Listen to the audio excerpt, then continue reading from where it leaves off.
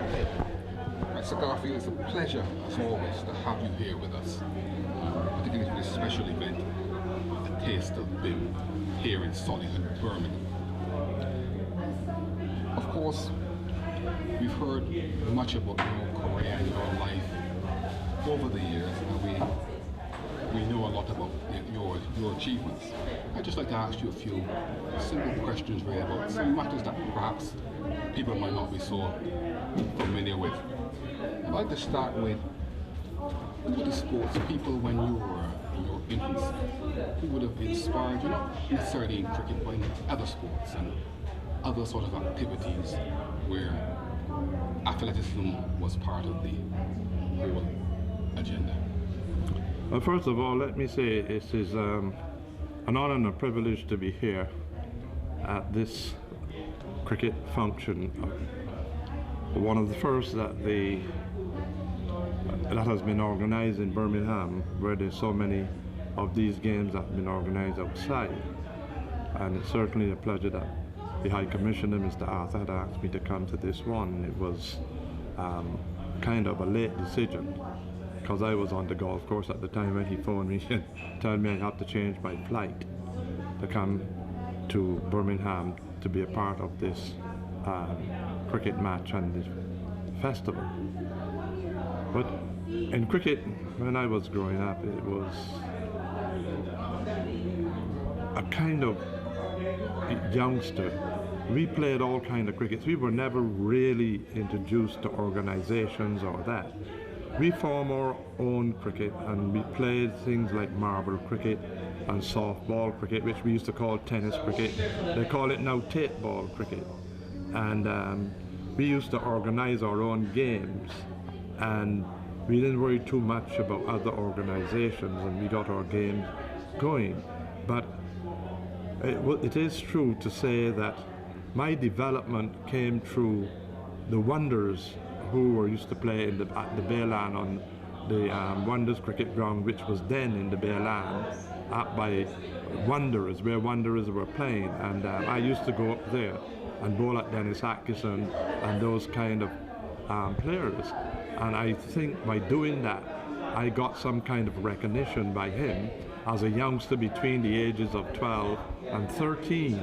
And it was difficult in those days for me to get into an Empire or Spartans cricket club, because although there was kind of white clubs which only white players played for, like Wonders and YMPC, there were also coloured clubs which they had some kind of class, because if you went to Harrison College, you played at Spartans. If you went to Combermere, you played at Empire.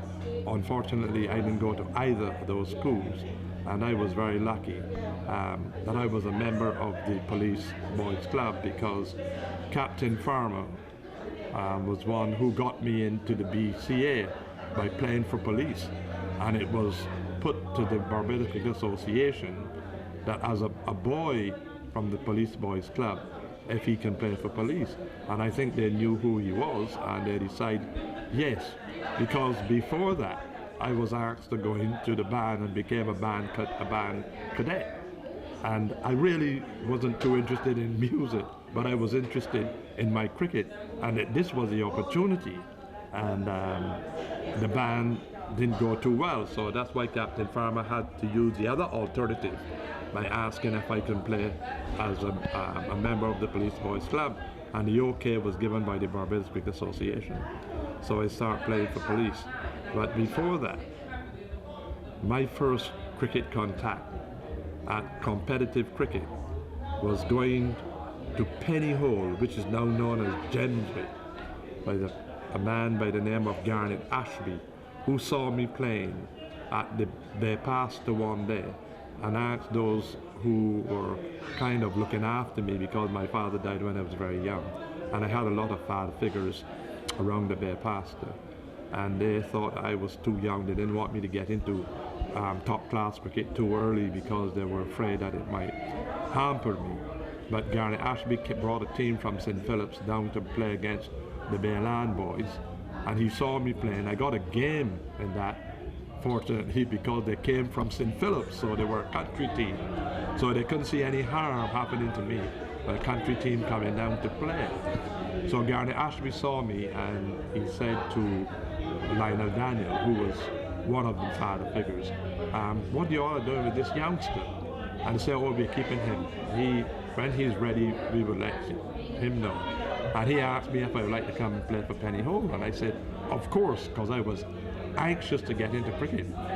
And then he asked my mother said, well, if Gary wants to go, well then he can go. So I started at Pennyhole, and that's where I started my career. So the year is 1954, and you get the call to play for West Indies. Paint us a picture of what would have been going through your mind, how your family reacted to it, and how your community, for which you were living amongst, would have thought about a teenage Gary Sobers being called for the West Indies. Well, first of all, when the message came through from Ben Hoyes, who was the secretary of the BCA, I was a bit surprised because the year before that, 1953, I played against the Indian team that came to the West Indies, and I think I got like 7 wickets in that Barbados game against India. When I played against England for Barbados, I didn't do as well, so my hopes wasn't very high about playing for the West Indies at that time. So when the message came through, I was rather shocked, because I was playing cricket in the road with the boys as usual. I always played in the road with a hopping ball, which they call tape ball these days. And when the message came through from Ben Hoyes, I was so taken in by it. And I thought, can this be true? Is it really real? And I ran in and told my mother, and she was very,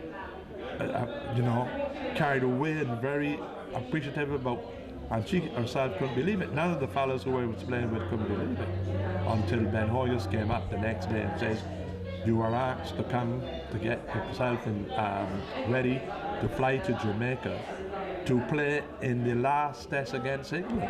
Alfred Valentine had an injury, and I was overwhelmed by the situation, and everyone around me was so pleased and so glad that I had had an opportunity to go to Jamaica and play in the last test match against England, which at that time I was only 17 years of age, and they were all pleased, and I was overwhelmed.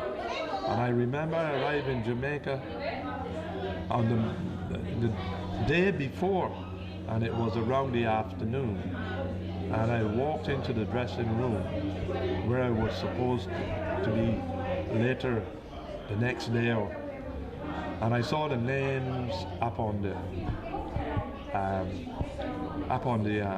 dressing room in there where the bags and things were to be put, and I saw Weeks and Whirl and Walker, Stallmeyer, Alan Ray, and I thought to myself, is this real? Am I really here? Because none of them were in there, they were all practicing. And I could remember I stood there amazed at the names and knowing that I was going to be sitting in the same dressing room with all of these great players that I have followed for so many years as a youngster and listened to on the radios, and thought of one day that I would like to be able to play for West Indies, never expecting that it was going to be so close. Well, that was the beginning of what would turn out to be a fine career that is very well documented in so many different books, manuals and film recordings. But if I were to ask you, Sir Garfield, what would you regard as your finest moment on or off the field regarding your cricket career? What would you say? Well, first of all, I never anticipated that my career would have gone to the extent in which it has gone, because my whole idea of playing the game, as I've always played any game, even as a boy growing up, that I was a part of a team, and that the team was more important, and whatever I did was for the team. I never did anything for Garfield Sobers. If I went out there and I made 100, it was for the team. If the team needed 20 runs, I would try to get it. If they didn't need any runs and I went out there and made naught, it never bothered me, because the team was safe. And I think that was the structure of my whole career. to be able to go there and to look at what the team needs, and was able to contribute to that by performing the way in which I have done over the years. And I have never expected the kind of publicity, the kind of medals, the kind of honors in which I have got over the years. And you know, it is something that you can wish for, but normally you can't reach it. And luckily for me, I think by the help of the Lord that I've been able to do that, because He'd given me the talent to be able to perform in the way in which I have performed. What was the other? No, well, you've certainly emphasized how honored you feel and how you feel as virtually that you've been received such great accolades over the years. But can you actually point to any one achievement or one accomplishment that stands out? Achievements is very difficult, because when one achieves as much as I have achieved, and I achieved them because of the background that I just told you about. I achieved them through playing for the West Indies and not playing for me. But I would say that there were quite a few achievements on situations where I was able to go in and help the West Indies team tremendously.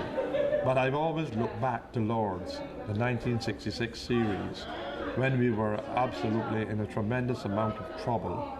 I think England had led us by 87 or 89, and we were 93 or 95 for 5 wickets, and with a day and a half, a whole 3/4 of a day, and then a day to go, and it looked as though we were on the end of defeat. And myself and my cousin David Holford went out there, and we performed in the manner, in something that I had set up in my own mind, what was called for and what I had to do. And I went out there and executed. And that, what to me, is what made the innings so great, apart from that we had pulled the West Indies team out of trouble. And David and I batted that whole evening, and then batted after about lunchtime on the last day, and we were able to declare and give England a total to win, and we never lost another wicket. I've always said that was my best innings because of the situation to start with and the planning that went into my innings, and I went out and executed. I played the shots and everything came off. I hit the ball where I wanted to, the plan worked, and I thought, and I still believe that was the best innings I ever played, and we got out of trouble.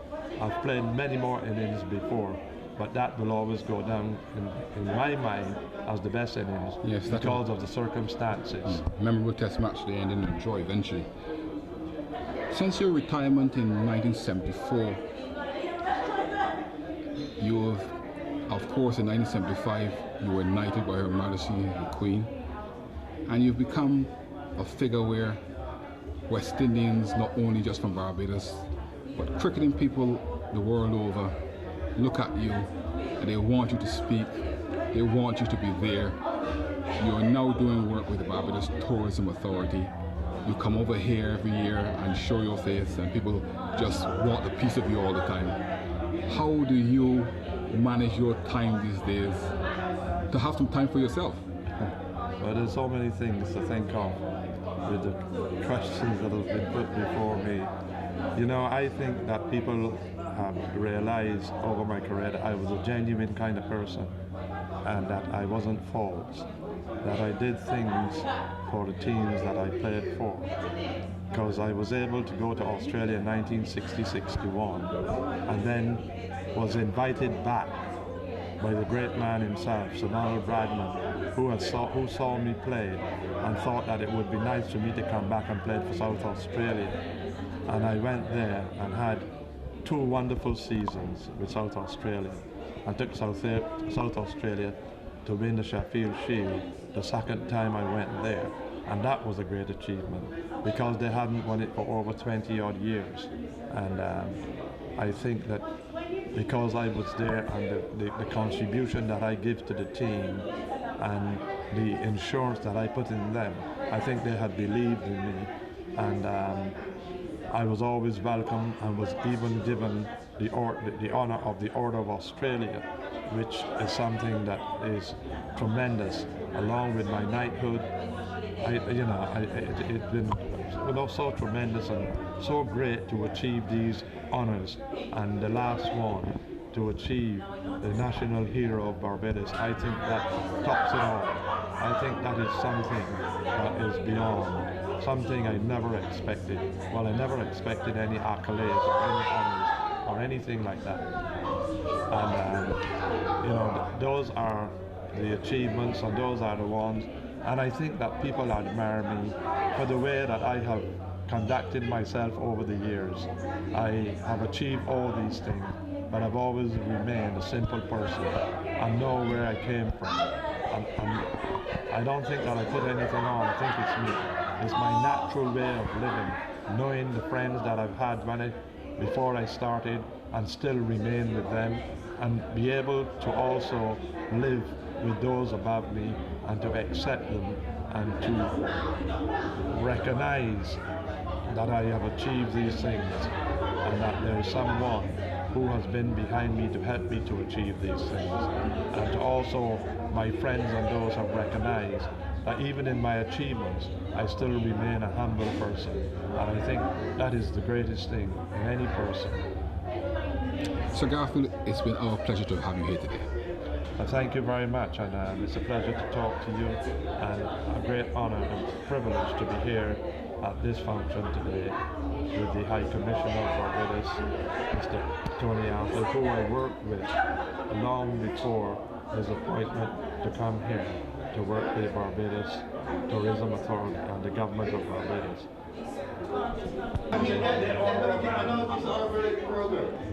Right, excellent.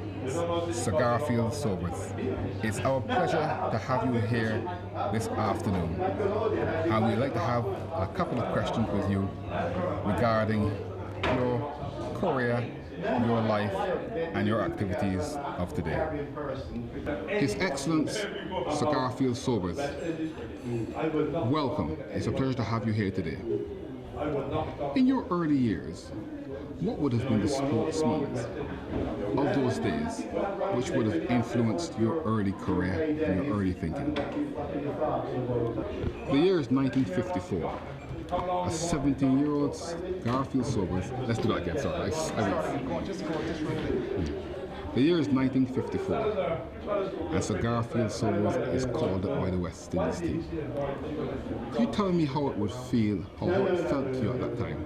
What effect did it have on yourself, your family, and of course, your immediate neighborhood at the time? Your illustrious career has been well documented. Your illustrious career has been well documented in books, film, DVD, etc. What would you say, or what could you tell us in your words was your finest moment on or off the field regarding your cricketing career? Since your retirement in 1974, of course you were knighted in 1975 by Her Majesty the Queen. You have become a figure really of admiration throughout the Caribbean, throughout the world, and cricketing people look to with a degree of affection.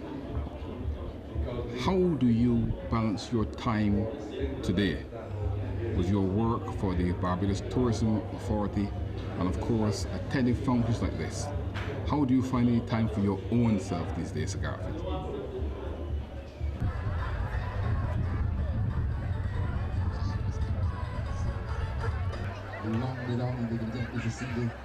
Again, yes. So do you write your own material? Yes, I do write most of my own material. I usually do work with Mr. Down from Very nice. Sounds like it. Yeah, got one of those. Ready?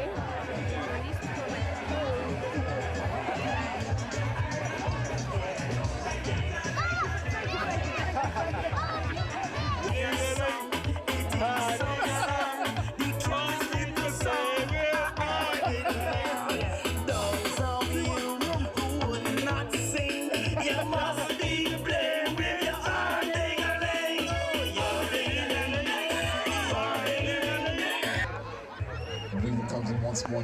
He does get hold of that one. And it's right in his forehands. Jordan's produced a shot there after failing to score.